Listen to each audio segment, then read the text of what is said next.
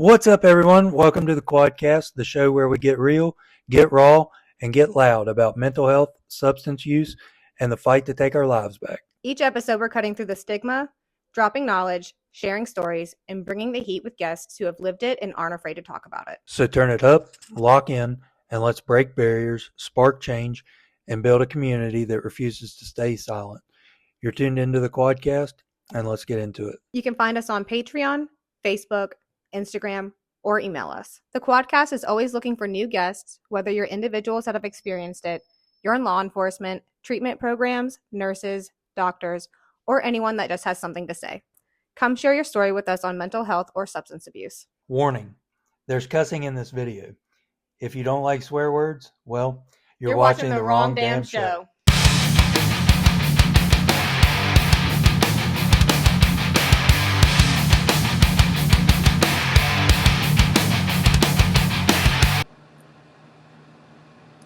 Recording in progress. Hey, everybody.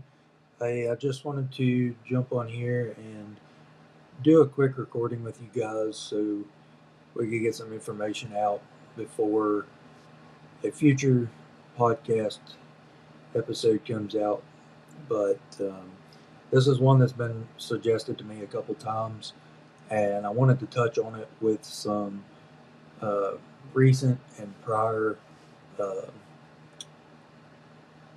publications that have come out in the recent days over sextortion.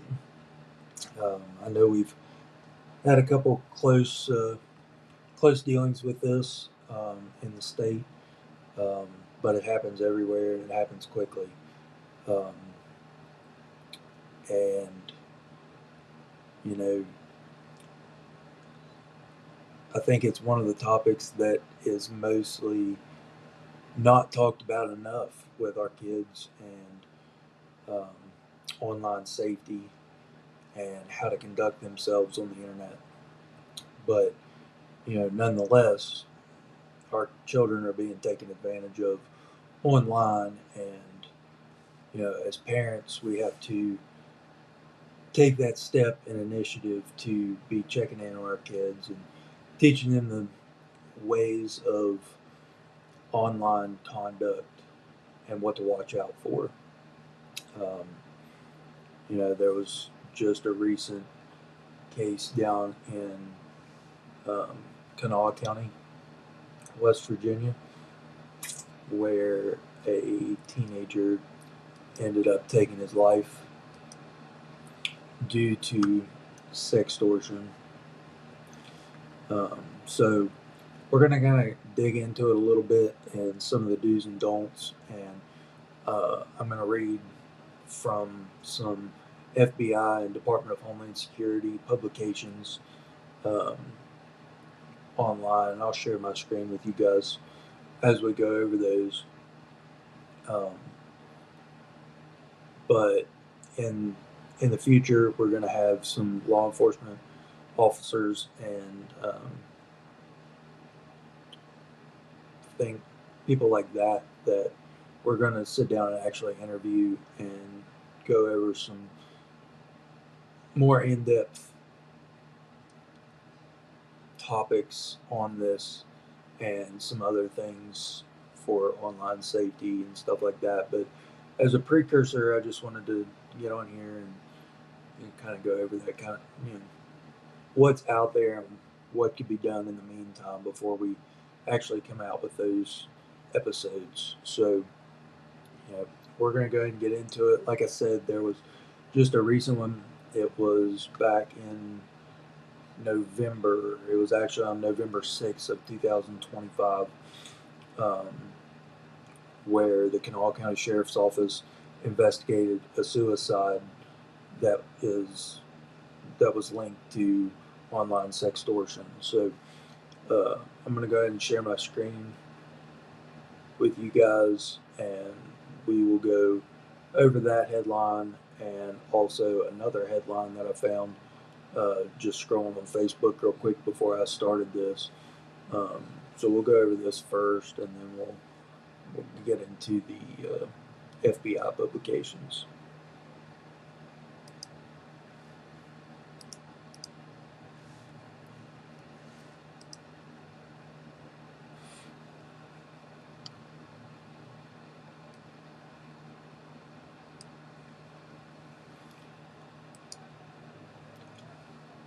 So, just like I said, just to start out, we're going to start by going over the Kanawha County Sheriff's Office latest post here and dig into it just a little bit. So, as you can see here, Kanawha County Sheriff's Office, this is in Charleston, West Virginia. Kanawha County Sheriff's Office investigated a suicide linked to online sextortion.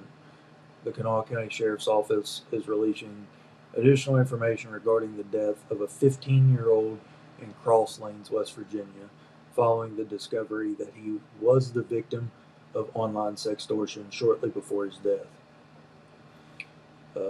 On Thursday, November 6, 2025, at approximately 7:10 p.m., deputies responded to a 911 call from both parents of the victim reporting a shooting on what they described, what they mentioned as Kelly Road in Cross Lanes. Deputies arrived and located Bryce Tate, a student at Nitro High School, deceased inside the residence from a self-inflicted gunshot wound. Now, originally, this case came out as just a suicide. That was before they ever got into his social media and electronic devices to investigate it further. So they didn't have these details right away. So continuing on, detectives recovered Bryce's cell phone from the scene and submitted it to the Kanawha County Sheriff's Office Digital Forensic Lab. The device was examined by a detective. During their forensic review, detectives discovered communication indicating that Bryce had been targeted in an online sextortion scheme. Evidence showed that an unknown individual first contacted Bryce at approximately 4:37 p.m. on November 6th, and the conversation continued until just minutes before his death. So this was a pretty quick turnaround on this, and that's one of the biggest things that these kind of things go into is, it's very rapid, it's very sudden, and they take really direct advances towards the person that they're extorting in these matters. Um, it evolves very quickly. It goes from the initial conversation of, hey, how you doing? What are you doing? And then it goes into the provocative side of texting and requesting pictures and videos of the person, and once they get that, they'll ask for a recording of their faces or a recording of them touching themselves inappropriately with their face in the picture. Those get sent, and then they send screenshots of the messages and the person's entire social media platform that highlights their families, their friends, and they just jump straight down the gun and say, if you don't do this and pay us this and send us this money, we're going to send this to all your friends, your workplace, your family, and show them exactly what kind of person you are. And they use offensive language and everything to try to scare you into sending them money or whatever they're requesting. So the Kanawha County Sheriff's Office goes on to say, sextortion is a form of online exploitation where offenders coerce or manipulate victims into sending sensitive or intimate images, often by pretending to be another teenager or using fake social media accounts. Once the images are obtained, offenders threaten to release them publicly unless the victim complies with the demands, typically involving money, additional explicit images, or both. These schemes often move quickly and are designed to overwhelm and panic young victims. Although teenagers are most often targeted, adults can just as easily become victims themselves. Um, Due to the,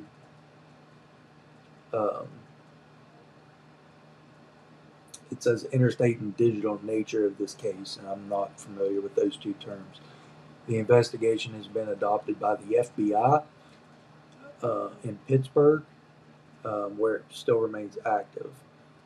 Um, and here's a picture of basically literally what I just read.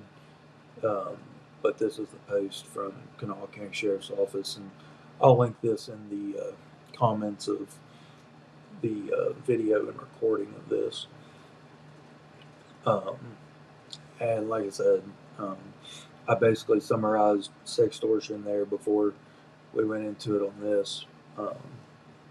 But here's a second. Um, here's a post from Officer Gomez on Facebook, and I don't know if you guys know who that is, but I found it just by a quick Facebook search on um, the cases that have been present. Um, and it's the four biggest scams happening right now, and this was back on September 8th. Number one is a naked picture scam. A pretty girl, which is actually a grown man, sends a teen boy a friend request. They exchange nudes, and then the sextortion starts. Um, Lululemon, I think is how you say that. Ambassador scam um, can be any popular brand. Predators target teenage girls with large Instagram followings, offering a fake ambassador program. They show contracts, do Zoom interviews, then ask for topless photos. After that, the sextortion begins. Number three, you have the verification code scam. Scammers ask you to send back a code to prove you're real. Kids on Snapchat are tricked into giving codes to unlock a friend's account. Once they have the code, predators can hijack social media accounts, leading to fraud, blackmail, and more. Um, we as adults get scam calls and scam text messages all day long. I can probably go through my messages and pull numerous ones of those. Hey, can we talk? Hey, is this such and such? Oops, sorry, I have the wrong number. Yeah, fuck that shit. Um, it's all scams, and our elderly population are just as easy to fall into these scams um, on the outside of sextortion, of course, um, and fall down the same rabbit hole. And but number four, Mom Help Me, which is a kidnapping scam. Using AI, predators clone a child's voice from social media. A parent gets a terrifying call. Your child has been kidnapped. You even hear your child crying in the background. The scammer demands money. Um, he goes on to say, I've written about all of these and made YouTube videos explaining them. Just search Officer Gomez scam on Facebook or YouTube to find them. I will go through and link a lot of these that I can find on uh, on the videos so you guys can see them and go watch them outside of this recording. Um, so moving forward, I've got some just publications from the FBI and Department of Homeland Security. We're just going to go through these real quick and touch on some of the things. So the FBI published this back in, let's see when this is from.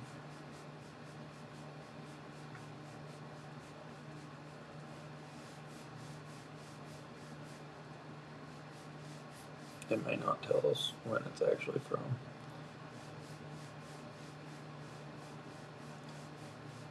Yeah, of course not. That'd been too easy. Anyway, moving forward, I want to say this was just recent, um, and I thought I had the date on here, but I guess it's not. But sextortion. The FBI has seen a huge increase in the number of cases involving children and teens being threatened and coerced into sending explicit images online, which is a crime called sextortion.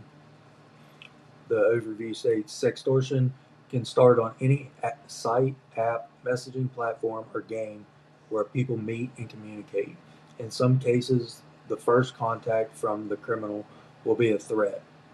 The person may claim to already have a revealing picture or video of a child that will be shared if the victim does not send more pictures. But more often, however, this crime starts when young people believe that they are communicating with someone in their own age group who is interested in a relationship or with someone who is offering something of value. After the criminals have one or more videos or pictures, they threaten to publish that content or they threaten violence to get the victim to produce more images. The shame, fear, and confusion children feel when they are caught in this cycle often prevents them from asking for help or reporting the abuse.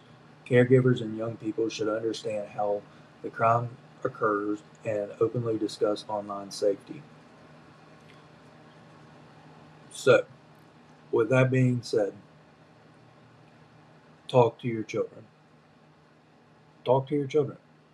Make sure that they understand that you are an open line of communication and communication is not going to be weaponized against them in this case because like I said, this is a growing problem that is never going to end. It's only becoming worse and it's claiming lives of our children. um, they post here how to get help. If young people are being exploited, they are a victim of a crime and should report it. Contact your local FBI field office.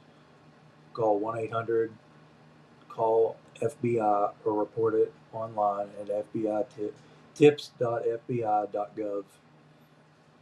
The FBI staff also has dedicated to assist. Jesus, I can't fucking talk today. The FBI also has staff dedicated to assisting victims of crime. Um, you can go on here and follow the tabs to look into that further. Um, they have, you know, learn more about our Victim Services Division and know your rights if you're a victim of sextortion and your images have been posted online. Um, Nobody wants that out there forever. Um, but I can guarantee you the risk of it actually being published online is probably very small. Um, you know, you can go in and block and do all this, and then if it does end up online, that's an issue. But most of the time, these people are just out here for trying to get money off kids that are scared. Like they're just taking advantage of the kids. Um, so the FBI also goes over financial sextortion. Says the FBI has also has recently seen an increase in financial sextortion cases targeting minor victims in the U.S. Financial sextortion is different from traditional sextortion. In these cases, the offender receives sexually explicit material from the child and then threatens to release the compromising materials unless the victim sends money and or gifts. The amount request varies, and the offender often releases the victim's sexually explicit material regardless of whether or not they receive payment. This increasing threat has resulted in an alarming number of deaths by suicide. So, whether it's traditional sextortion or financial sextortion, is still the same. They're still wanting money. They're still wanting something out of it. And they're still being threatening and extorting children, adults, whoever falls victim to this. Um, the FBI says, post what kids and teens need to know. Why do young people agree to do this? The people who commit this crime have studied how to reach and target children and teens. One one person the FBI put in prison for this crime was a man in his 40s who worked as a youth minister so he could learn how teens talk to each other. Then he created social media profiles where he pretended to be a teenage girl. This girl would start talking to boys online and encourage them to make videos. Another person offered money and new smartphones to his victims. In one case, the criminal threatened a girl, saying he would hurt her and bomb her school if she didn't send pictures. Other cases start with the offer of currency or credits in video game in exchange for a quick picture. How fucking sad is that? That should hit you pretty damn deep. They're threatening to bomb your kids' schools if they don't get what they want. Think about that from a child's perspective. How would you have to live with the thought that your school and your classmates are going to be blown up if you don't do what these people say? It's pretty damn sad.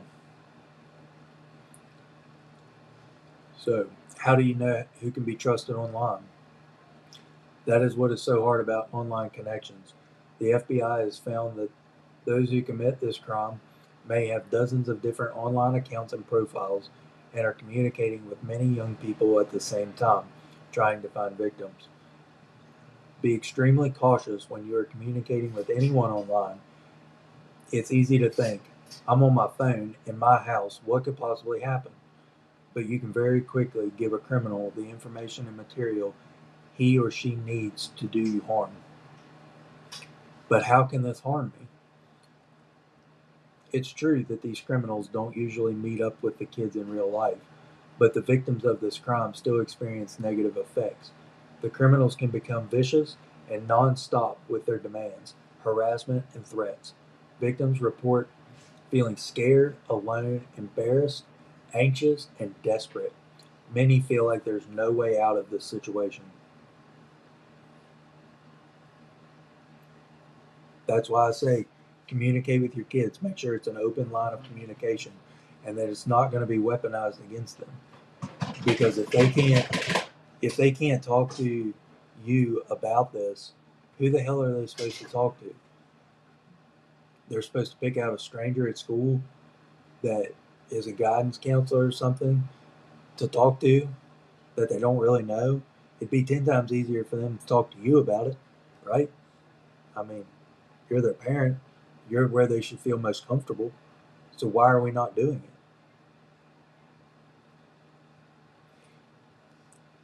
What do I do if this happens to me? If you are ready, reach out to the FBI at 1-800-CALL-FBI or report the crime online at tips.fbi.gov. Our agents see these cases a lot and have helped thousands of young people. Our goals are to stop the harassment, arrest the person behind the crime, and help you get the support you need. If you're not feeling ready to speak to the FBI, go to another trusted adult. Say you are being victimized online and need help. Talking about this can feel impossible, but there are people who can help you. You are not the one in trouble. That's what really needs to be driven home with this is that the child is not in trouble for this. Like, yeah, should they have entertained this thought and idea, period? No, probably not. But we've all been kids. We all fall into the same cycle. We all want attention. Like, where does it stop? Like where do we draw the line in you're in trouble and you need help? Well, it happens here. Like this is where we have to make a change. How can you say I won't be in trouble? You are not the one who is breaking the law. This situation can feel really confusing, and the criminals count on you feeling too unsure, scared, or embarrassed to tell someone, even if this started on an app or site that you are too young to be on, even if you felt okay about making some of the content, even if you accepted money or a game credit or something else, you are not the one who is in trouble. Sextortion is a crime because it is legal, illegal, and wrong for an adult to ask, pay for, or demand graphic images from a minor. Back to, we cannot weaponize punishment over this. We can't do it. Like, this needs to be a conversation that is being taken to heart in our homes with our children, no matter the age. Like, it starts at home. We have to do something about this. How can I help someone else who is in this situation? If you learn friends, classmates, or family members are being victimized, listen to them with kindness and understanding. Tell them you are sorry this is happening to them and that you want to help. Let them know that they are the victim of a crime and have not done anything wrong. Encourage them to ask for help and see if you can help them identify a trusted adult to tell.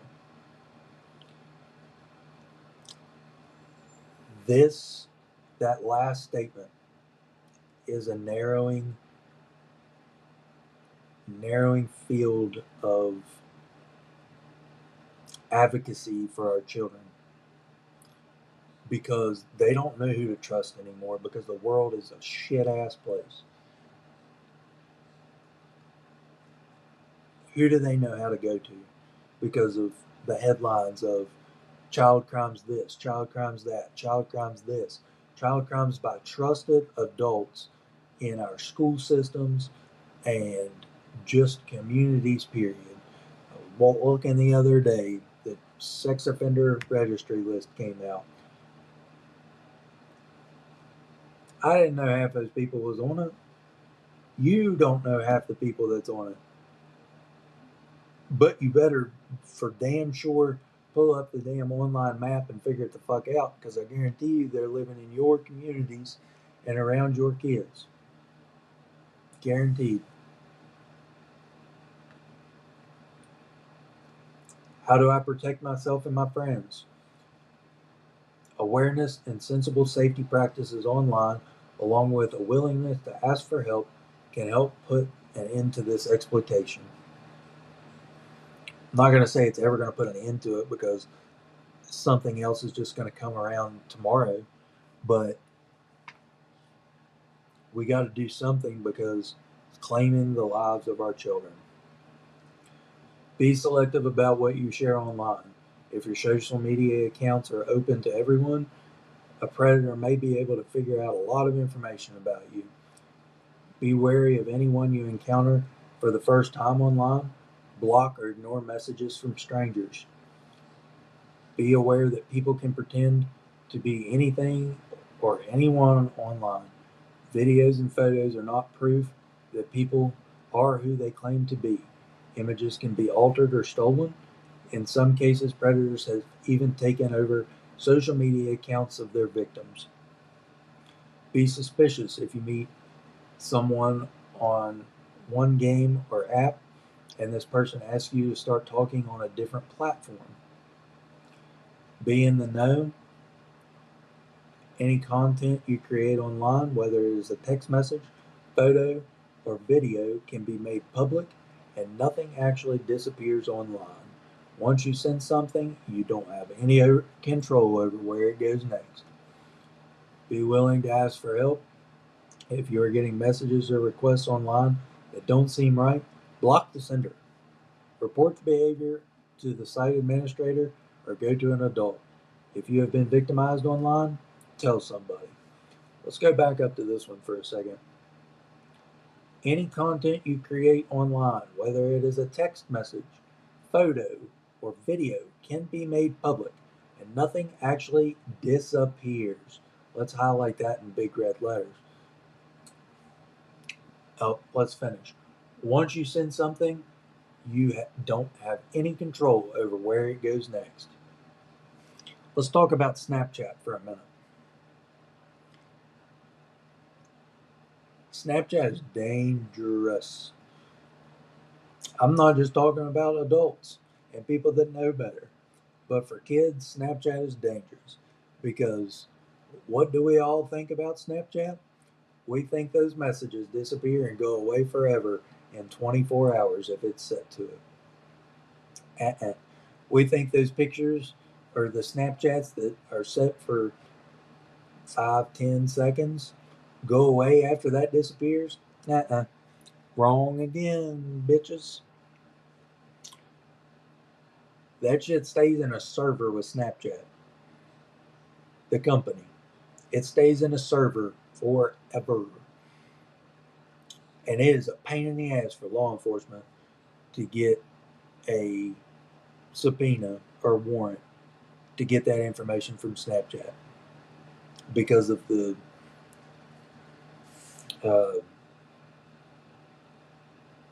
what do you call it? The where you the son of a bitch. You got to accept all the things that Snapchat wants you to do and not do, and post and not post, blah blah blah. Right? So once you click that button and hit accept and continue on to the next page, you have accepted for Snapchat to store all of this information in their server for however long they want, and probably forever, because they'll just go from this server to this server. Ain't nothing deleting. So keep that in mind. But also keep in mind that goes for everything. It goes for Apple. It goes for Roblox. It goes for TikTok. It goes for Twitter. It goes for Facebook. It goes for anything that's online. All this shit is stored in a server against your will because you clicked that button without reading it and accepted the terms and conditions. Let's keep going. What caregivers need to know? Why would any child or teen agree to this? The individuals carrying out this crime are skilled and ruthless and have honed their techniques and approaches to maximize their chances of success. The entry point to a young person can be any number of mobile or online sites, applications, or games. The approach may come as compliments of flattery or pretense of beginning of romantic relationships. Another entry point is to offer children something they value in exchange for taking a quick picture.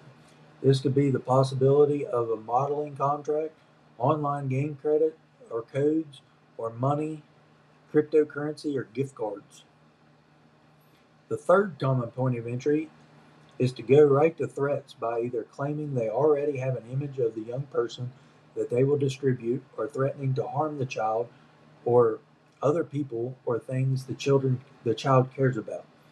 Once perpetrators have the first image, they use the threat of exposure or other harm to keep the child producing more and more explicit material. But my child would never do that, right? FBI says it right here. The FBI has interviewed victims as young as 8, and the crime affects children of both genders and crosses all ethnic and groups. I'm not even going to try to butcher that word because socioeconomic groups. There we go. If that's not right, you guys can take it and run with it in the comments, and I'll promise I will do it again. The victims are honor roll students, the children of teachers, student athletes, etc. The only common trait among the victims is internet access. Imagine that. Why don't the victims tell someone or ask for help? We kind of already covered this topic, right? Because they're scared. They don't know who to turn to. They're being told that their school is going to be bombed if they don't do this. So why ask for help, right? Why tell somebody?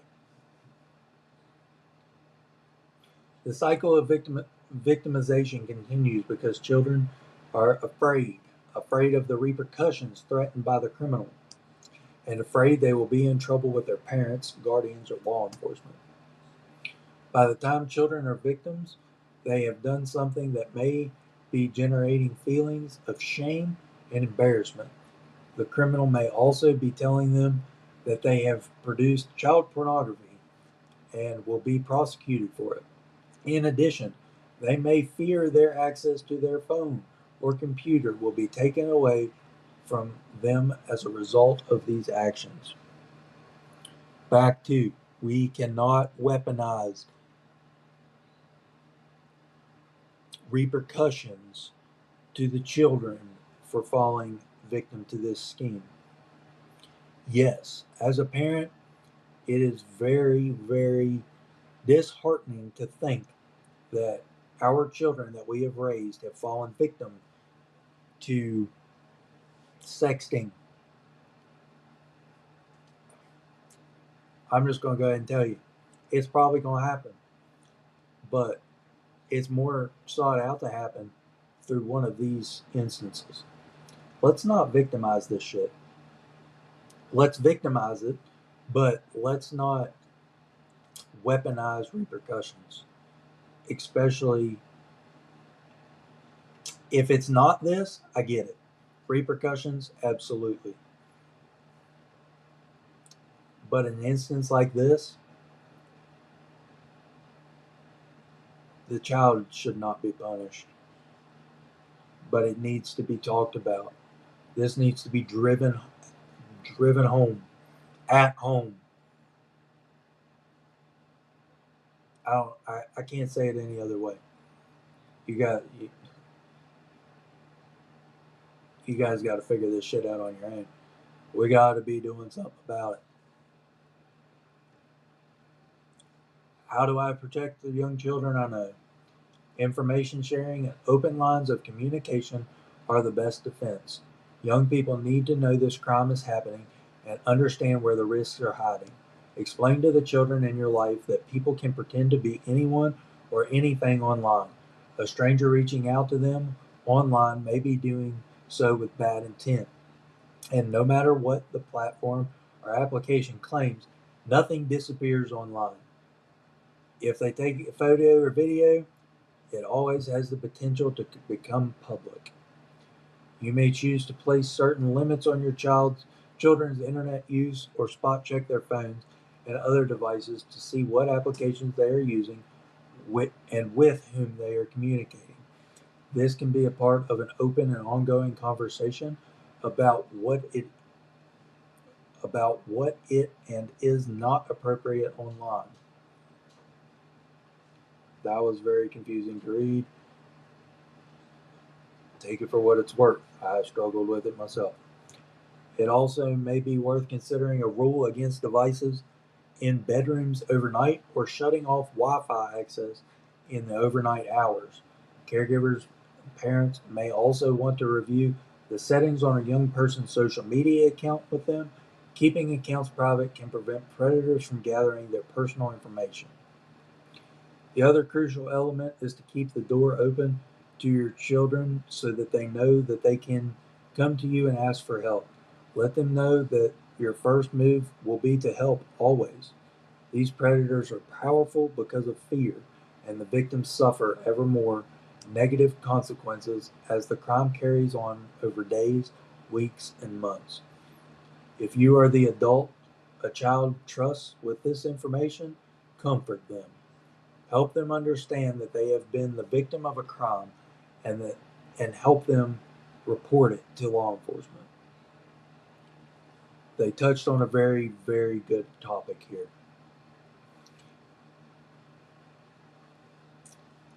Let them know that your first move will be to help. That is the number one aspect here that needs to be understood. There may be punishment after the fact, and that's on you as a parent. Everybody parents differently. Everybody handles their children differently, especially in aspects like this, right? We have to help them before we punish them, because children don't know it all, right? Unless we're teaching them. How do we help them navigate something like this down the road, or in that specific instance, with them in fear of punishment first? It cuts off the line of communication. It does. If you're not going to have the talk with your children about online safety and sextortion and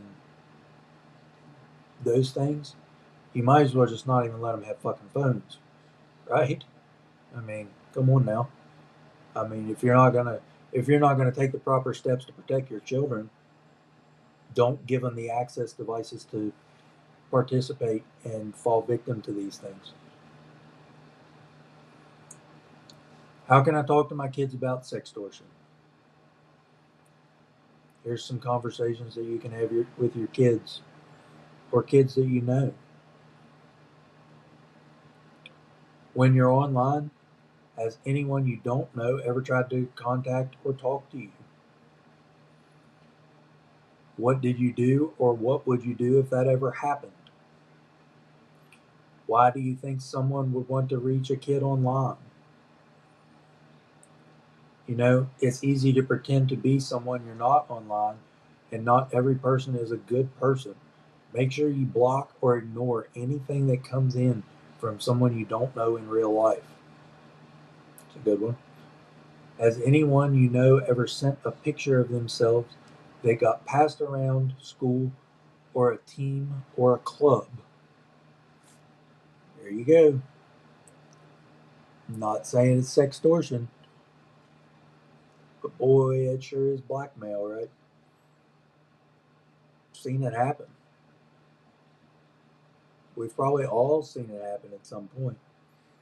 Somebody send a picture to somebody, hey, don't let anybody else see this, right? I can guarantee the whole God blessed friend group has seen that picture. What's possible anytime you send someone a picture? Run over that. What if that picture were embarrassing? Can you think about someone who could use that kind of picture against a person? I read an article today about kids being pressured to send images and video of their bodies to a person they met online. Have you ever heard about anything like that? Sometimes they were being threatened and harassed. Boy, that's scary stuff. These are freaking easy conversation starters, guys. Easy. You know, if you are ever feeling like something is going on, online or off, that feels scary or wrong or over your head, my first concern is going to be helping you. You can always come to me. Back to the open line of communication, folks. Simple as that. So there's article number one. Like I said, this is straight from the FBI, folks. FBI.gov, right there at the top.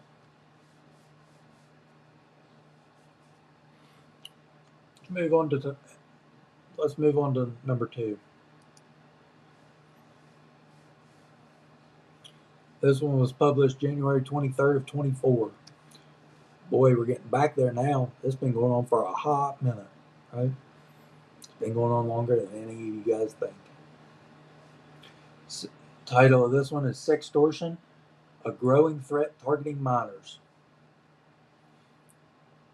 Offenders deceive and manipulate victims to create sexually explicit material for extortion purposes.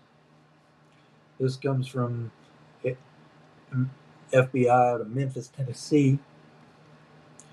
And they open up with the FBI wants to warn parents, educators, caregivers, and children about the dangers of online activity that may lead to the solicitation or enticement of a minor to engage in sexual acts.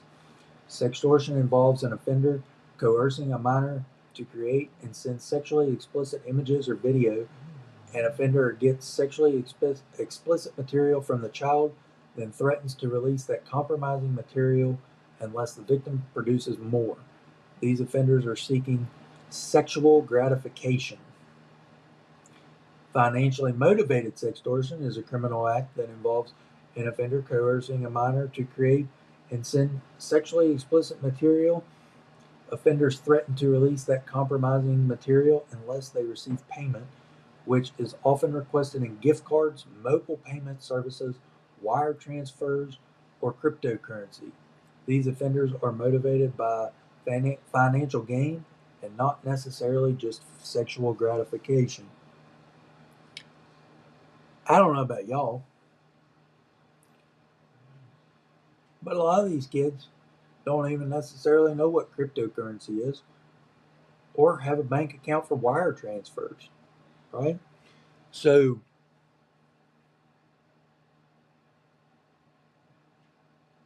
that should be number one. Ding, ding, ding. Hey, this is bad. We should not be engaging in this. These are things these kids need to know, people. All of this. I know we're reiterating a bunch of this information over and over again. But at this point in time, you can't talk about it enough, especially with your kids. So it goes on to say victims are typically males between the ages of 14 and 17, but any child can become a victim. For financially motivated sextortion, offenders are usually located outside of the U.S. and primarily in West African countries such as Nigeria and Ivory Coast, or Southeast Asian countries such as the Philippines. These fuckers ain't even in the States and are exploiting our children on their devices. Don't make a whole lot of sense now, does it? But in retrospect, it makes a whole lot of sense. These crimes can lead victims to self-harm and have led to suicide. From October of 2021 to March of 2023, the FBI and Homeland Security investigations received over 13,000 reports of online financial sextortion of minors.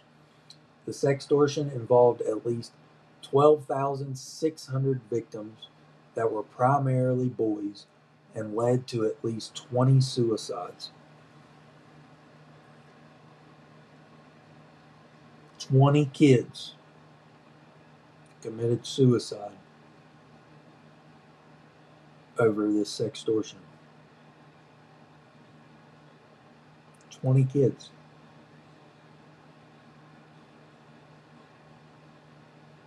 Between 14 and 17 years old, probably, roughly, just off the top of my head. But 13,000 reports.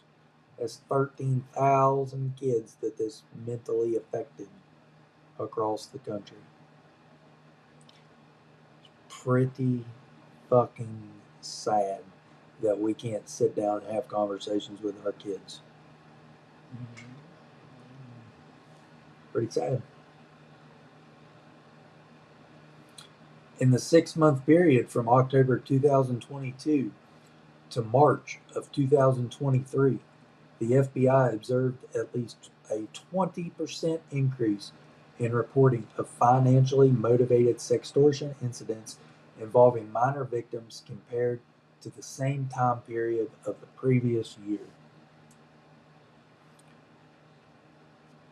Listen, this was 2021 to 2023.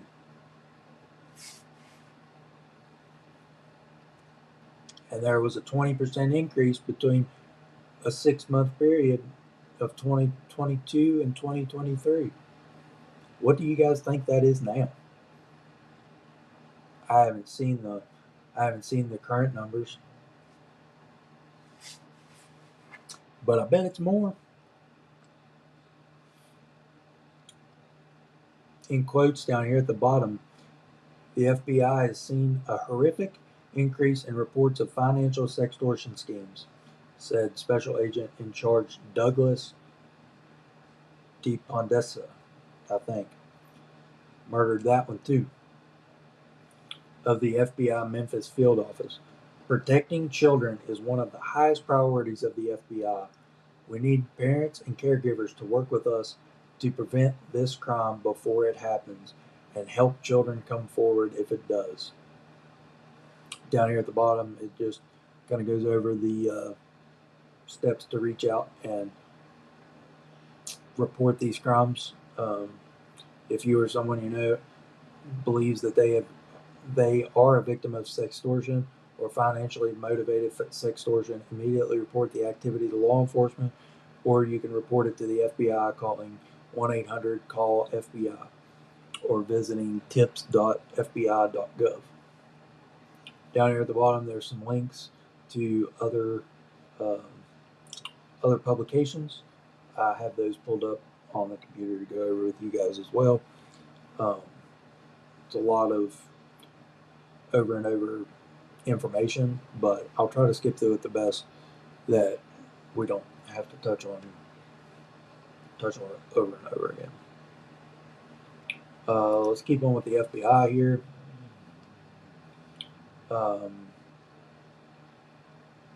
There's a YouTube video. This one's going to be FBI Chicago PSA on 764, which is a violent online group that they are currently arresting members of. I have a news briefing of where they arrested several of them. I think it's probably on the next page that I have. So the transcript from this video, I'm not going to play the video. That way we don't take up any more time. But it says, "Hello, my name is Ryan Maxwell. I am Assistant Special Agent in Charge for the FBI Chicago Field Office. I lead our counterterrorism program. Today I want to provide the Chicago community with information related to the group known as 764, a Gore group that FBI Chicago is aggressively working. 764 is a violent online group made up of individuals who seek to coerce and manipulate children into engaging in unspeakable acts against themselves, animals, and other children, and even suicide. In attempting to achieve 764's goal of destroying society, they typically exploit minors ranging from the ages of 10 to 17 years old. Members of the 764 exist throughout the United States as well as around the world. They operate on social media, gaming apps, and online platforms. They build trust with their victims and later coerce them into sharing personal information and explicit pictures and videos. 764 members then use these photos and videos to blackmail their victims into a cycle of escalating manipulation. We at FBI Chicago are here to help with this very alarming and concerning trend. We are using all available resources and investigating avenues to bringing these perpetrators to justice, along with our federal, state, and local international partners. We will hold these criminals accountable." So, there are organized groups out here. It's not just individuals doing this. Organized individuals. Organized. I'll attach this video in the comments too. Or not the comments, the description. Keep moving. There's another video. I'll read the transcript. You guys can watch the video. This one, it's not a game. FBI New York PSA. Playing online games is fun for kids, but not everyone is there to play. FBI New York Assistant Director in charge Bill Sweeney asks parents and guardians to be aware of sexual predators targeting children online and to take steps to prevent their children from becoming victims.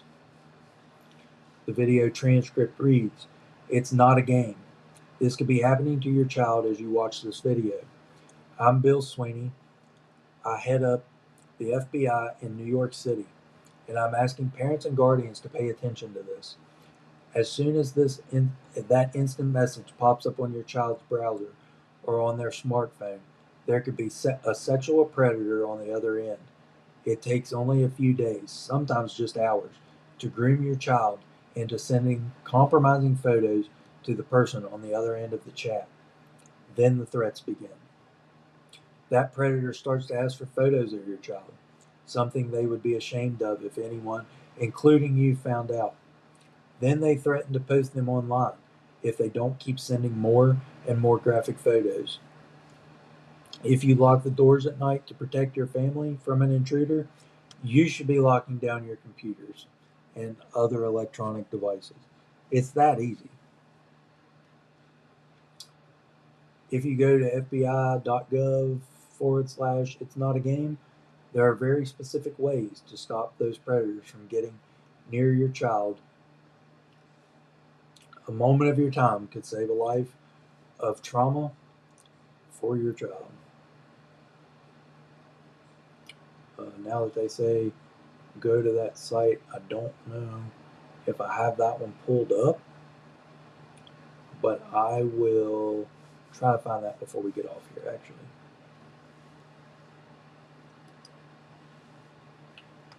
This one is about financially motivated sextortion, also from the FBI. Financially motivated sextortion, your teenager just met a new friend online. The conversation starts with, "Hey, I love gaming too. Let's chat."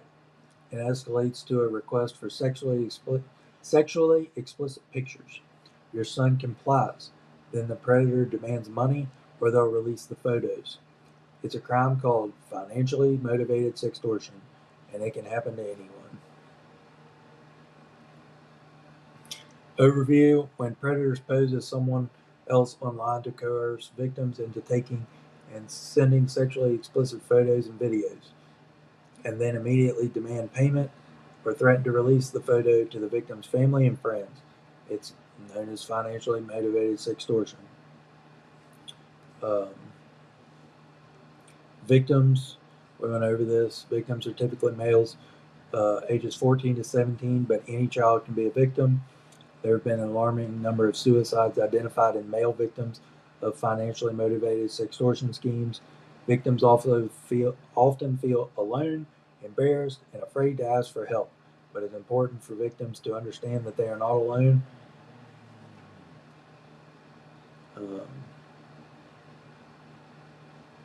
So, what do I do if my child or someone I know is being exploited?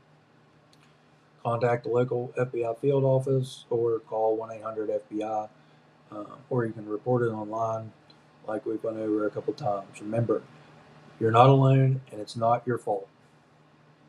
Anyone being exploited should also report the predator's account via the platform safety feature, block the predator from contacting you, save the profile or messages because those can help law enforcement identify and stop the predator, and most importantly, ask for help from a trusted adult or law enforcement before sending money or images. Cooperating with the predator rarely stops the blackmail and harassment, but law enforcement can. Again, we covered the victim resources from the FBI earlier on. This one's financially motivated sextortion schemes. A financially motivated sextortion scenario can happen quickly, sometimes in just 5 minutes. Learn more about how these schemes work and what to look for. Who commits financially motivated sextortion and why?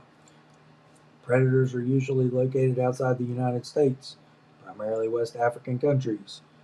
Southeast Asian countries. Predators are motivated by financial gain, and they will request money transfers, gift cards, and even cryptocurrency. How do predators target a victim? Predators identify and target children through social media platforms, online games, gaming consoles, live streaming, and video platforms and messaging apps.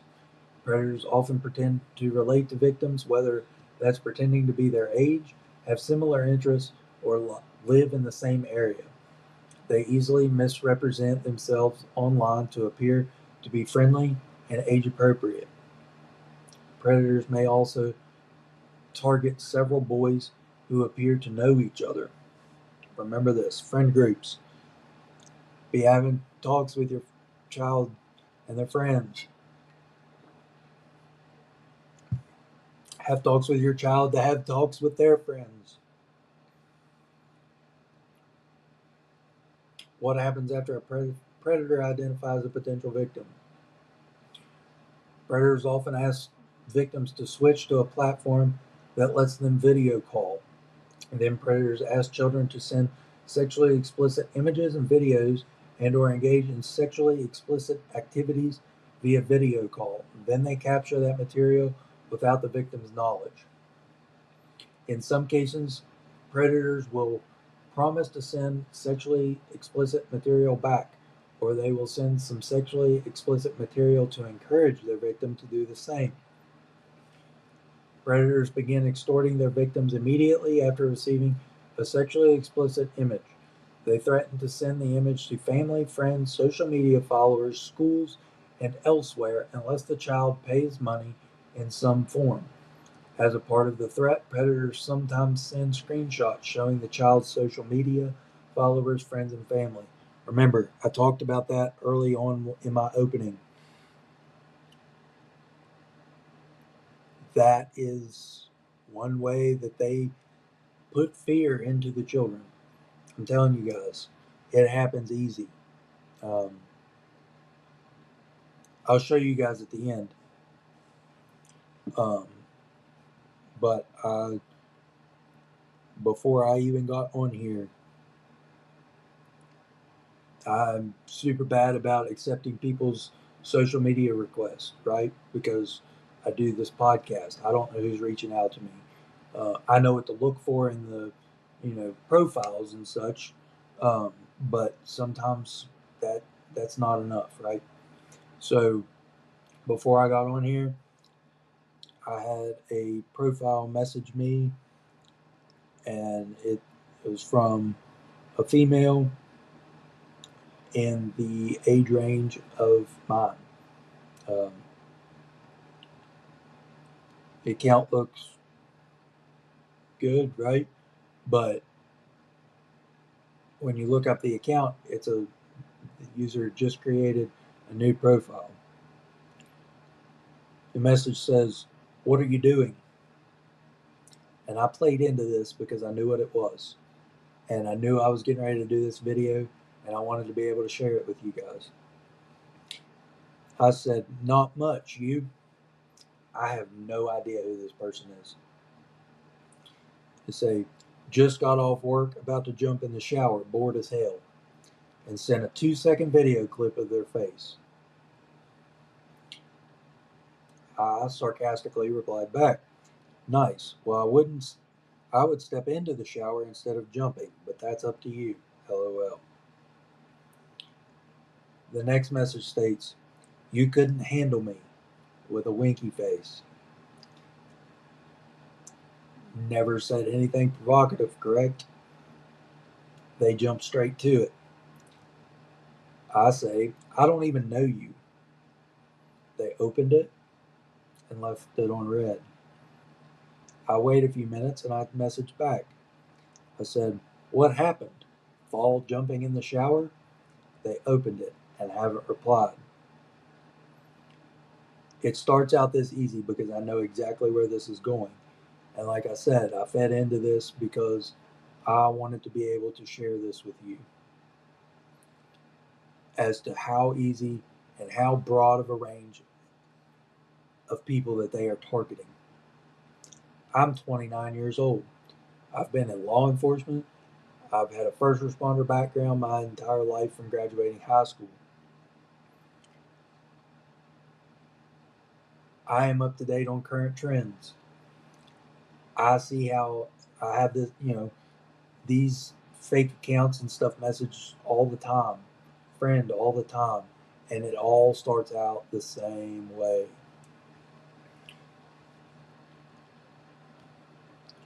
Before I get off here, I will pull this up on my personal Facebook and show you how this starts out and show you how this is going to play out.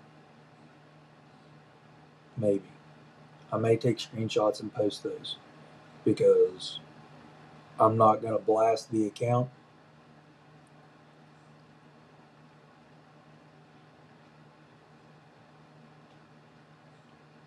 Fuck it. Yeah, I'll blast the account. So you guys have that to look forward to at the end. Let's see here. Predators begin extorting their victims immediately after receiving sexually exploited images. I think I already read that. Yeah. Additionally, predators sometimes create images to elicit a response from the child, like a fake news headline about the arrest of a child, a collage containing a collage, Jesus Christ, a collage containing sexually explicit material and identifying information, a draft of a social media post that would distribute the sexually explicit material. Predators demand various forms of payment, including gift cards, both e-gift cards and codes from physical gift cards, mobile payment services, wire transfers, cryptocurrency. Predators sometimes distribute the images even if the child pays. But what if a child hasn't sent the predator anything? That's a good question, right? Even if a child doesn't produce sexually explicit material, predators will sometimes create one to try to extort the child. The predator manipulates the child into video calling or sending a photo of their face, and then using editing software combines that image with an explicit image they found online. Let's touch on something real quick. Everybody knows what AI is now, right? You can go to ChatGPT and make any fucking thing that you want, all by typing in some words. Somebody on the other end, a computer generated platform, is making whatever you want. Now, I don't think you can make sexually explicit images. I don't know that for sure. I'll go to ChatGPT here in a little bit. Actually, we'll do it online. I'll do it while I'm on here. Okay. So let's go to the next one.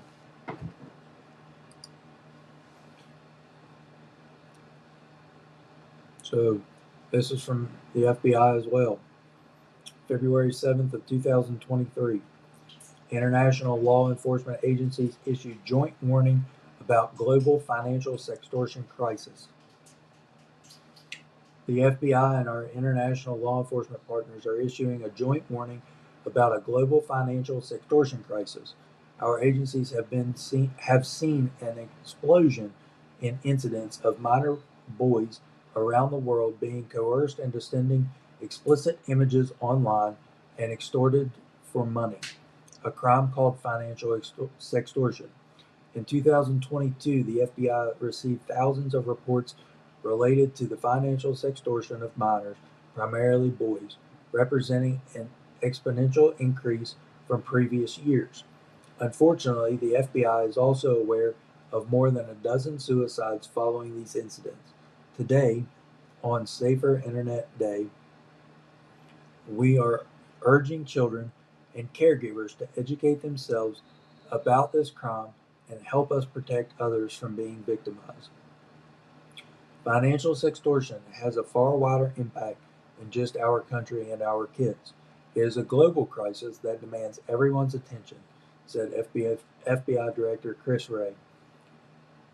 The FBI is working hand in hand with our international partners to prevent children from becoming victims of this tragic crime. We all have a duty to support and empower victims to come forward and show them that there is a life after images.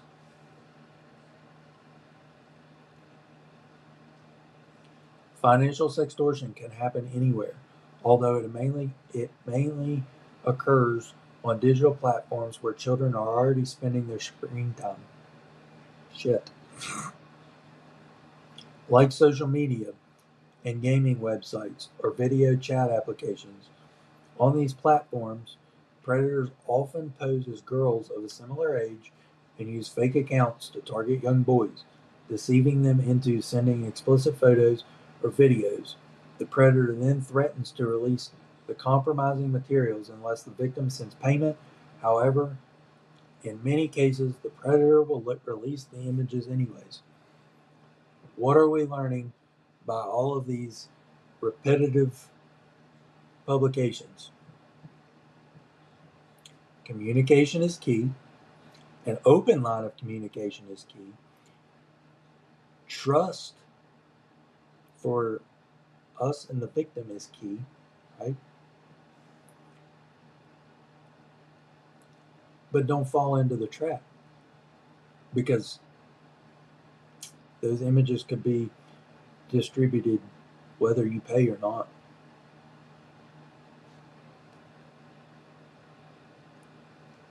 Even though financial sextortion is committed virtually, it can have serious impacts on offline. After the threats and aggression, victims may feel alone, ashamed, scared, and these feelings can lead to children resorting to self-harm. Law enforcement around the world wants victims to know that they are not in trouble and that they are not alone, and there is life after pictures. You are not in trouble. You are not alone. This happens to many, many people, and many, many people that we don't even know about. What to do if you are being financially sextorted? Remember, the predator is to blame, not your child or you.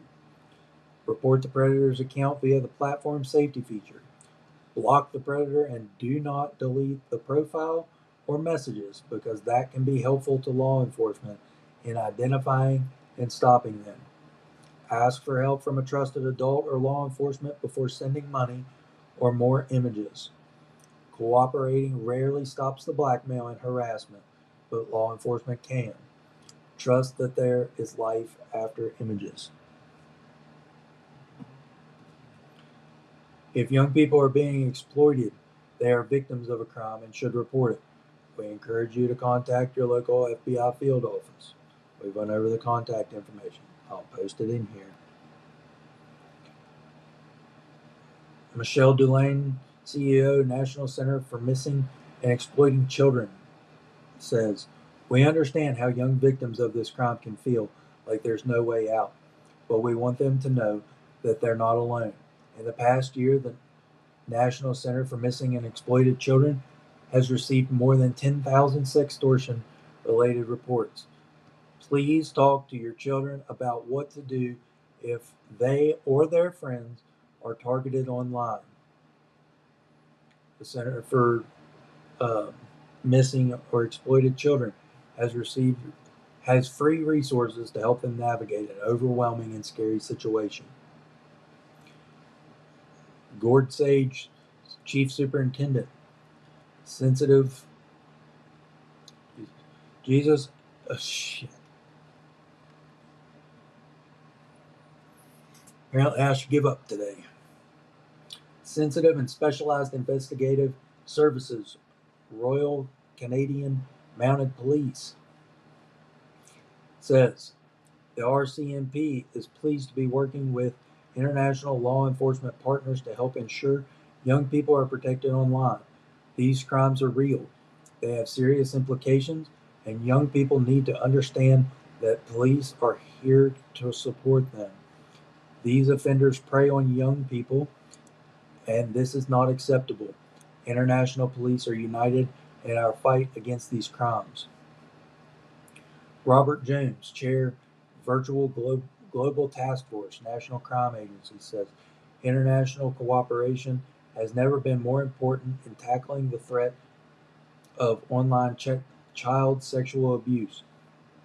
The strength of virtual VGT comes from being able to share expertise and take rapid coordination against emerging global trends such as the rising threat of financial extortion.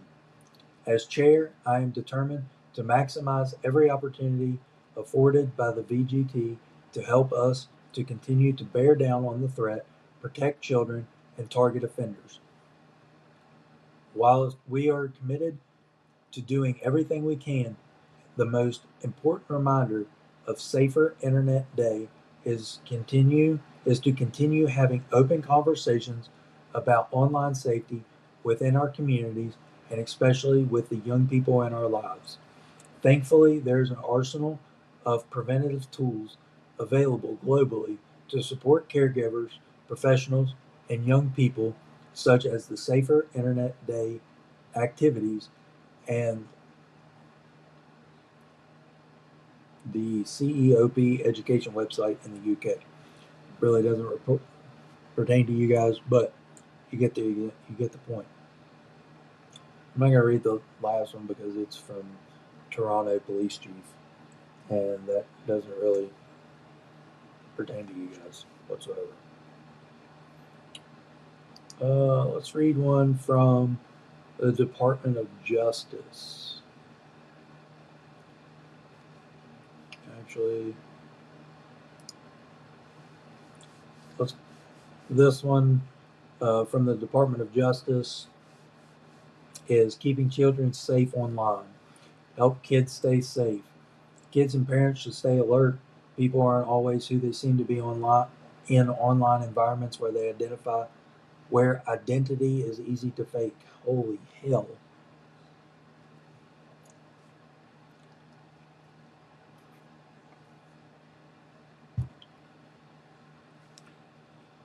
ADHD, terrible thing.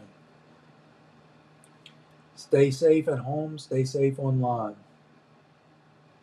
To report an online child sexual exploitation offense, call 911 or go to report.cybertip.org.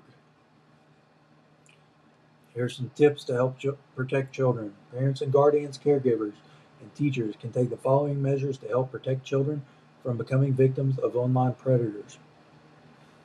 Discuss internet safety and develop an online safety plan with children before they engage in online activities. Establish clear guidelines. Teach children to spot red flags and encourage children to have open communication with you. Supervising young children's use of the internet, including periodically checking their profiles and posts. Keep electronic devices in open, common areas of the home and consider setting time limits for their use. Reviewing games, apps, and social media sites before they are downloaded or used by children. Pay particular attention to the apps and sites that feature end-to-end encryption, direct messaging, video chats, file uploads, and user anonymity, anonymous, which are frequently relied upon by online child predators. Adjust privacy settings and use parental controls for online games, apps, social media sites, and electronic devices. Tell children to avoid sharing personal information, photos, and videos online, in public forums, or with people they do not know in real life. Explain to your children that images posted online will be permanently on the internet. We went over that already. I can't drive it home any differently than I already did.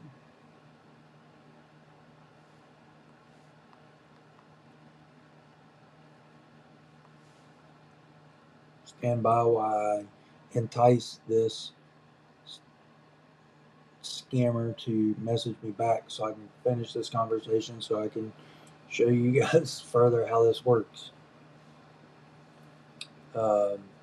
Tell children about body safety and boundaries, including the importance of saying no to inappropriate requests, both in physical world and virtual world. All it takes is them to say no. They can block everything as soon as it pops up. Just say no. Don't even engage in it. If you don't know them, don't engage in it. Be alert to potential signs of abuse, including changes in children's use of electronic devices, attempts to conceal online activity, withdrawn behavior, angry outbursts, anxiety, and depression. It's a good one. Encourage children to tell a parent, guardian, or other trusted adult if anyone asks them to engage in sexual activity or other inappropriate behavior. And again, importantly, importantly, shit. Immediately report suspected online enticement or sexual exploitation of a child by calling 911, contacting the FBI, or filing a report with the National Center for Missing and Exploiting Children. Exploited children. Holy God.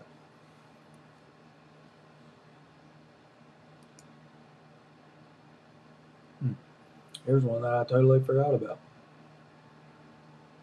Take action.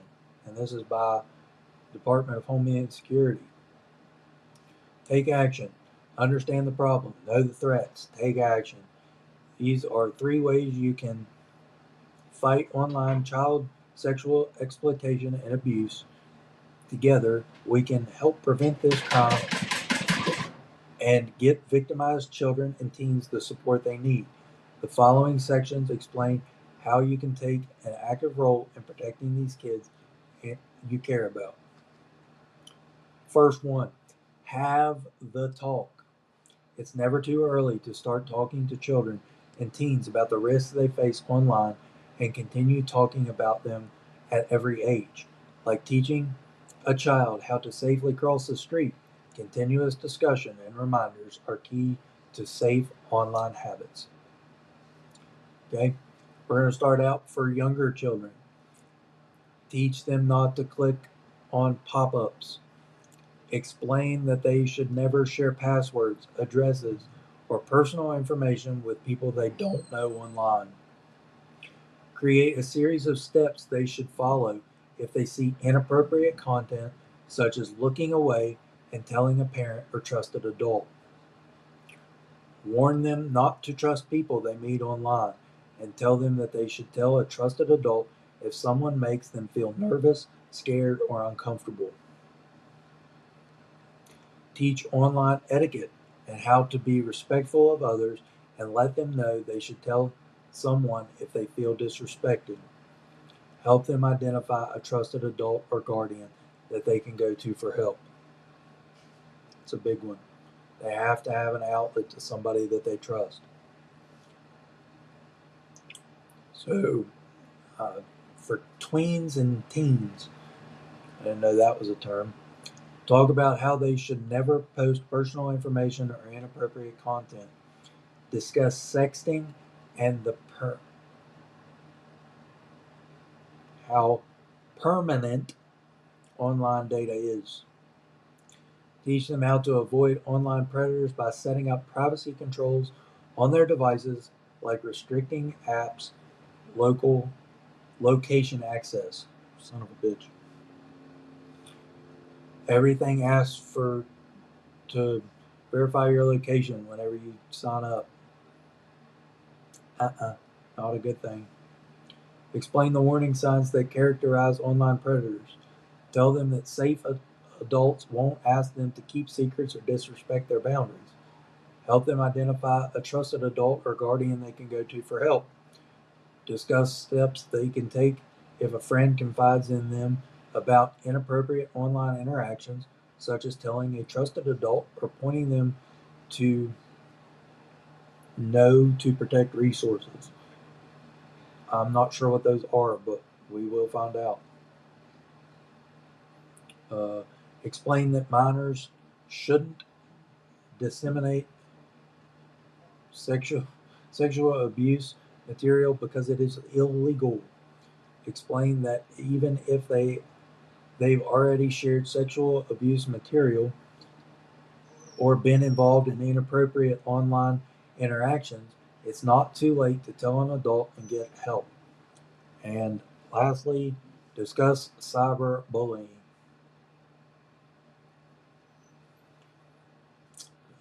Here we have top 10 tips to protect. Start an open two-way conversation with your child. Password protect or control access to your child's app store and gaming downloads. Set times and area limits for use of devices and set device check-in times. Set all apps, games, and devices to private. Turn off location data services on social media and non-essential apps. Talk about data permanency. Online data can last a lifetime. Create a contract with your child regarding online behavior. Know your child's friend lists. Remove strangers. Warn your child that they should never leave a game to chat with someone they don't know on a different platform.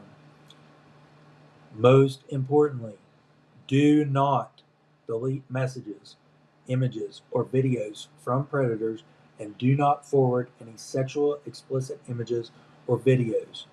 Save usernames, screenshot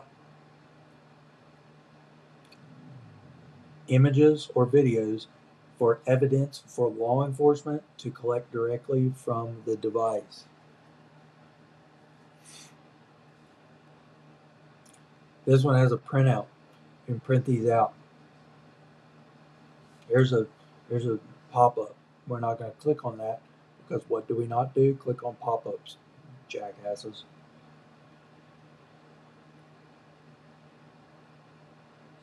So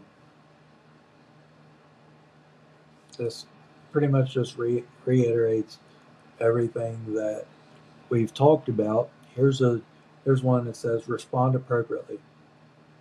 If a child or teen becomes a victim of online sexual extortion, here's what you can do. Remain calm. Children and teens are victims in these situations and it's not their fault. Ensure that the child or teen knows that they are not alone and that there are ways out. An increasing number of U.S.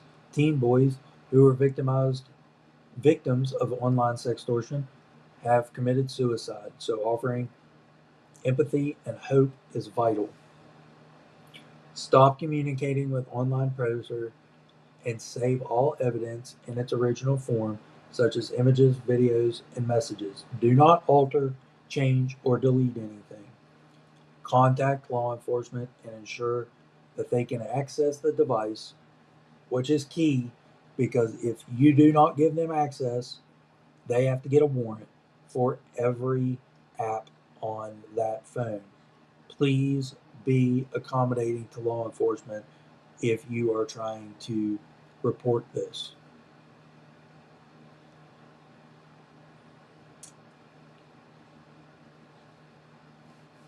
So that pretty much sums that one up. Like I said, that one's from DHS.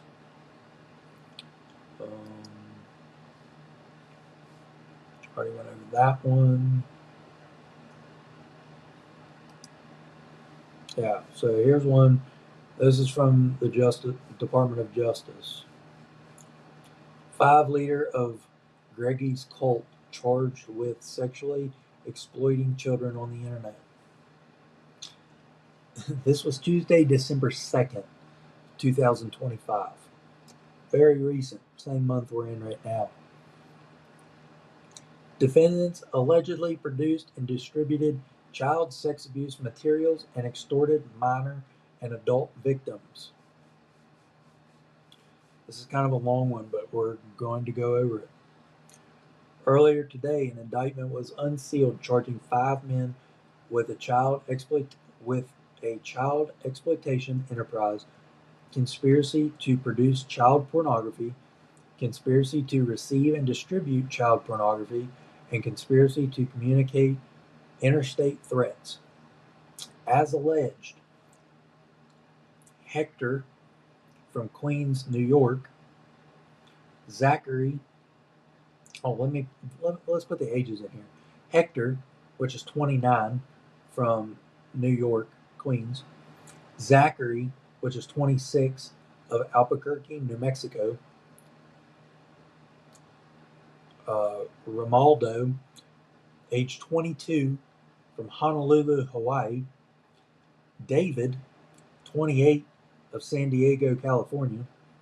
And Camden, 22, of Longmont, Colorado, led an online group called Greggy's Cult, which carried out the alleged criminal conduct on a series of Discord servers. Now, Discord, I think Roblox uses Discord all the time. Streaming platforms uses Discord all the time. It's an online community, kind of like Facebook, but just different, right?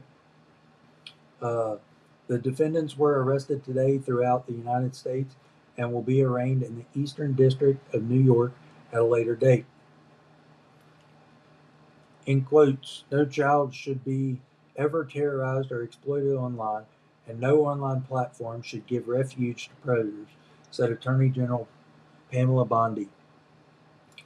The Department of Justice will continue to protect children, support survivors, and hold accountable anyone who preys on the vulnerable online or offline with every tool we have. These 5 defendants allegedly targeted vulnerable children and others via online platforms. They exploited, threatened, and harassed them, and encouraged horrific acts of self-harm, said FBI Director Kash Patel. The FBI is sending a message to those involved in criminal activity throughout violent online networks. You can't hide in the shadows hovering over a keyboard. We will find and hold accountable those who participate in these illegal and heinous acts. Also in quotes,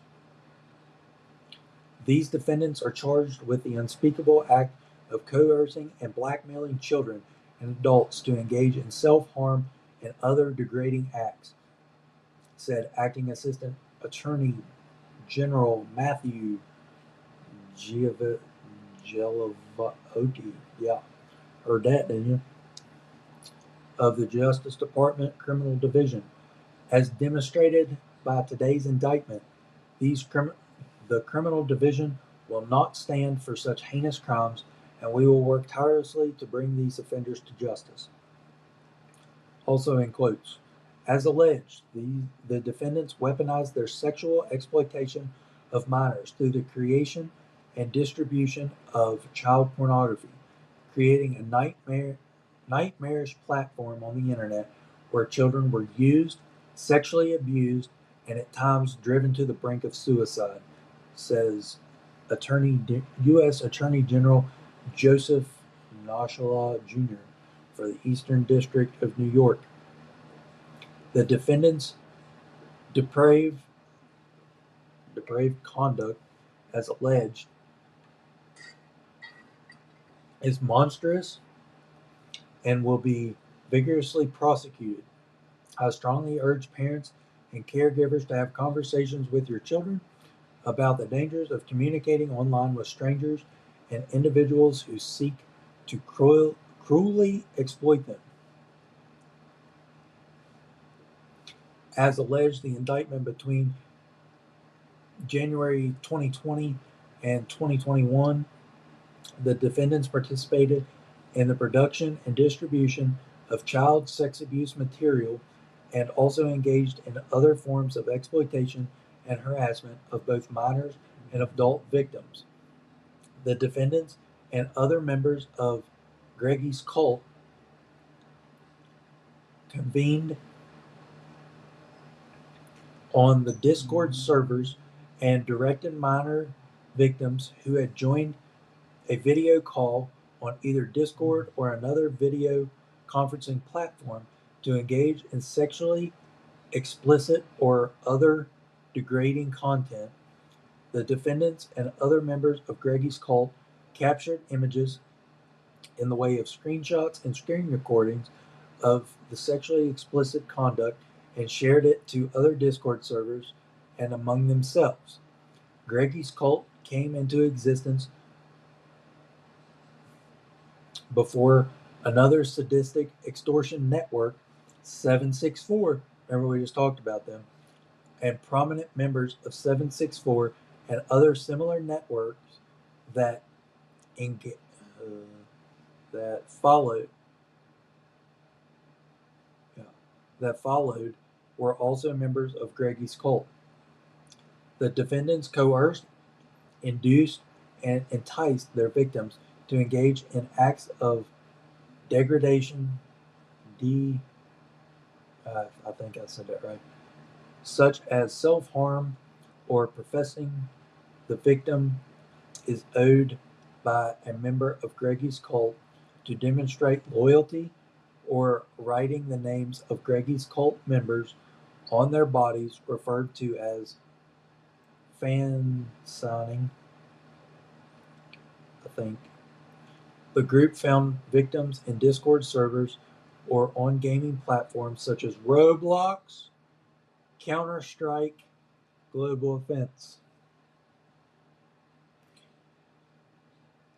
Greggy's cult engaged in depraved conduct, such as repeatedly encouraging victims to kill themselves or encouraging them to insert household objects into their genitals or anus.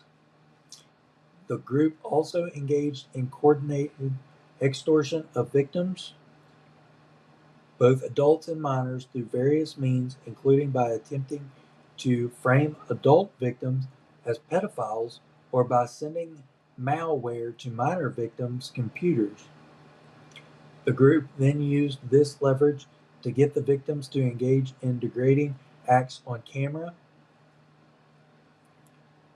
Um, One offender, um, let's see here. Um,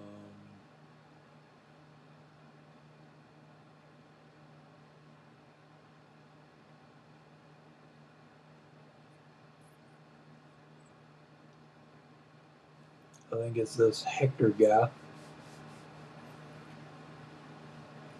Yeah, Hector resided in the Eastern District of New York during the charged offenses.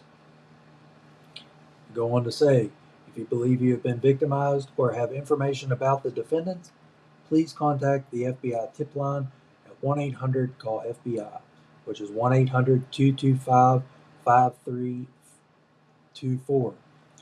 Trial attorney Gwendolyn Bills of the Criminal Division's Child Exploitation and Obscenity Section and Assistant U.S. Attorney Antoinette for the Eastern District of New York are prosecuting the case. This case was brought as a part of Project Safe Childhood, a nationwide initiative launched by the Department of Justice in May of 2006 to combat the epidemic, I said pandemic, same thing, of child sexual exploitation and abuse, led by the U.S. Attorney's Office and Child Exploitation and Obscenity Section. Project Safe Childhood marshals federal, state, and local resources to better locate, apprehend, and prosecute individuals who exploit children via the internet, as well as identify and rescue victims. And for more information on this, for more information about the Project Safe Childhood, you can visit the Justice Department website. One last thing that I want to go over, and it's a website that was posted on one of the FBI threads, and it's called Take It Down. Take it down. Having nudes online is scary, but there is hope to get it taken down. This service is one step you can take to help remove online nude, partially nude, or sexually explicit photos and videos taken before you were 18. You can get started, hit that. I'm not going to go into that because God knows what my computer will be flagged for if I do that. Just kidding. Here's a trailer on YouTube for Take It Down. I'll post the links. Don't worry. So what is Take It Down? Take It Down is a free service that can help you remove or stop the online sharing of nude, partially nude, or sexually explicit images or videos taken of you when you were under 18 years old. You can remain anonymous while using the service, and you won't have to send your images or videos to anyone. Take It Down will work on public or unencrypted online platforms that have agreed to participate. It is scary when this happens to you, but it can happen to anyone. You have to take the first step, and we're here to help. Um, Take It Down is a service provided by the National Center for Missing and Exploited Children. We talked about them, right? Um, okay, let's just continue on down through here. Who is Take It Down? Take It Down is for people who have images or videos of themselves nude, partially nude, or in sexually explicit situations taken when they were under the age of 18 that they believe have been or will be shared online. For example, maybe you sent a picture to someone, but now they're threatening you or have posted it somewhere. Even if you're unsure whether the image has been shared, but want some help to try to remove it from places it may not appear online, this service is for you. How does Take It Down work? Take It Down works by assigning a unique digital footprint called a hash value to nude, partially nude, or sexually explicit images or videos of people under the age of 18. Online platforms can use hash values to detect these images or videos on their services and remove this content. This all happens without the image or video ever leaving your device or anyone viewing it. Only the hash value will be provided to the National Center for Missing or Exploited Children. Here's how it works. Select an explicit image or video that you want hashed from your device and click on Get Started. Please do not send, share, or download any image or video in order to take it down.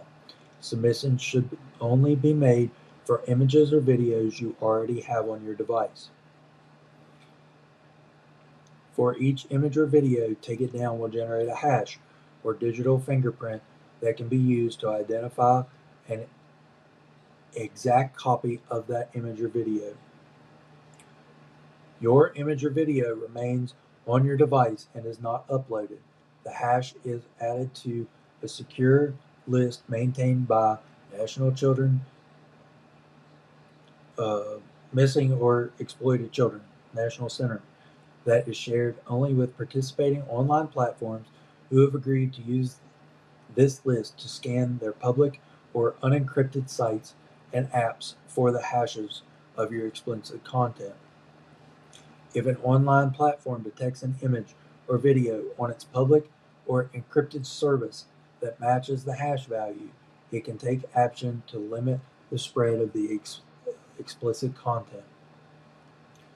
Please do not share the images or videos on any social media after you have submitted them here.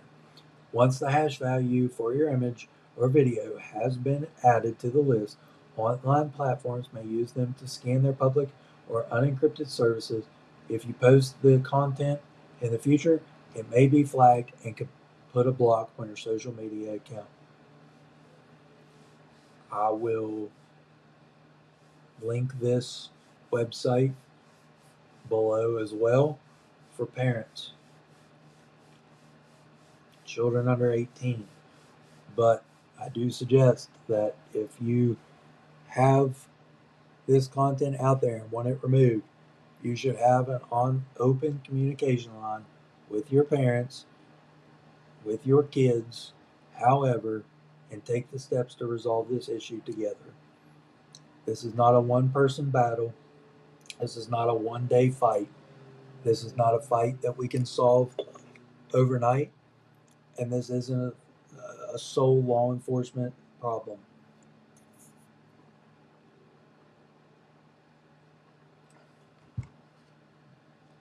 It takes communication with our children, people being in trusted roles, actually being there and providing assistance to children, trust, and cooperation with law enforcement. If we don't do that, we can't help solve the stigma around this, and we can't break the cycle. The only thing we're going to do is keep feeding into it, and that's what these people want.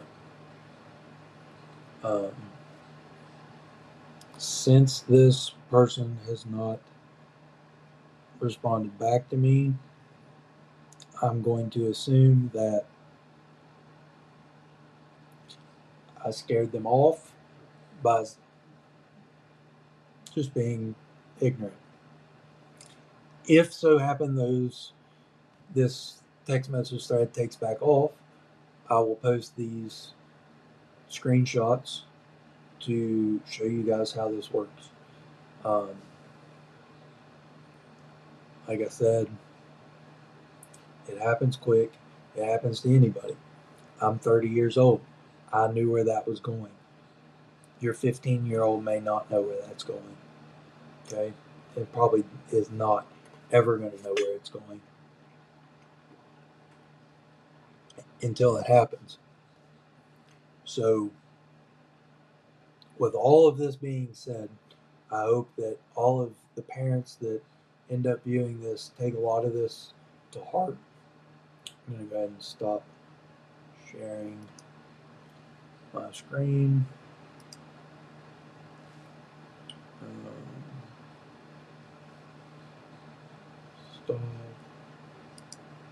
Stop sharing.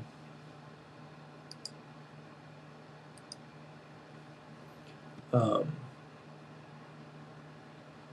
yeah, there's a lot to unpack in this video, and I hate to overwhelm you guys with the amount of content that is in this. I've been rambling and reading for an hour and 50 minutes now, almost 2 hours.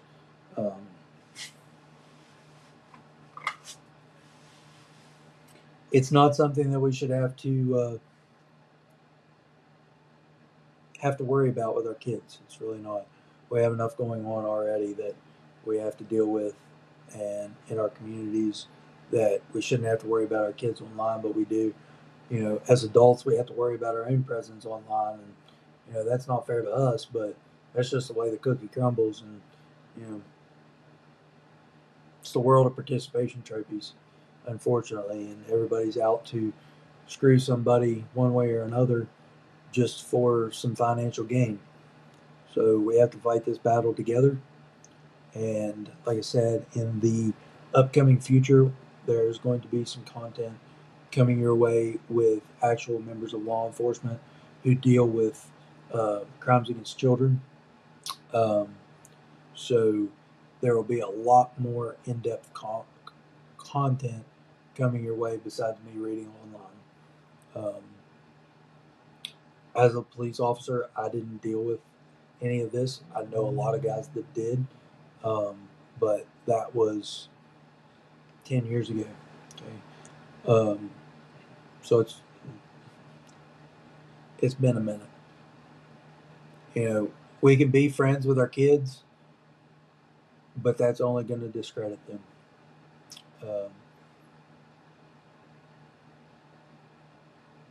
Being friends with them doesn't point them in the right directions that they need to be pointed in. And it's unfortunate that we have to be that way. But the times of being friends with our children have passed, and we actually have to be parents and look out for them, monitor what they're doing online, monitor what they're doing in their daily routines, monitor what's going on at school, monitor who they're in contact with, monitor them around family. And as bad as that sounds, that's shitty, because we shouldn't have to monitor them around their own family. But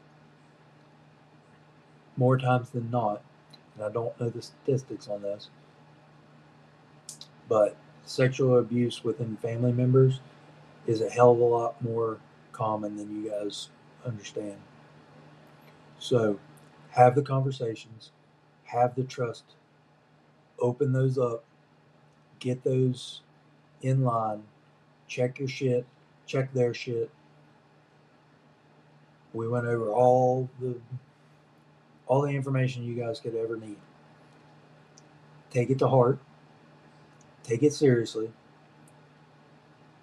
and let's protect our children, because ain't nobody else going to do it. And let's not lose any more kids, because losing children over some dumb shit like this is unacceptable, and we should all be working to provide a better world for our children. So that's where I'm going to wrap it up today. Like I said, I will attach all the links to the documents that I read off of today and went over with you guys. For Patreon, you guys got to see it live feed. I shared my screen with you guys. Everything I read today is visual.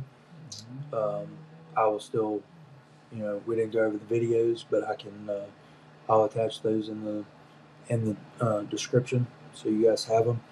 For Spotify, I will attach the links in the notes, but if you want the video portion, come over and check us out on Patreon. You can subscribe for free. All the content on Patreon is now behind a paywall. Come over, support us, and get the visual aspect of things, because all the videos are now, all the content on Patreon are going to be video uploads instead of just the audio recording that you get on Spotify. If you want to stay on Spotify, stay on Spotify.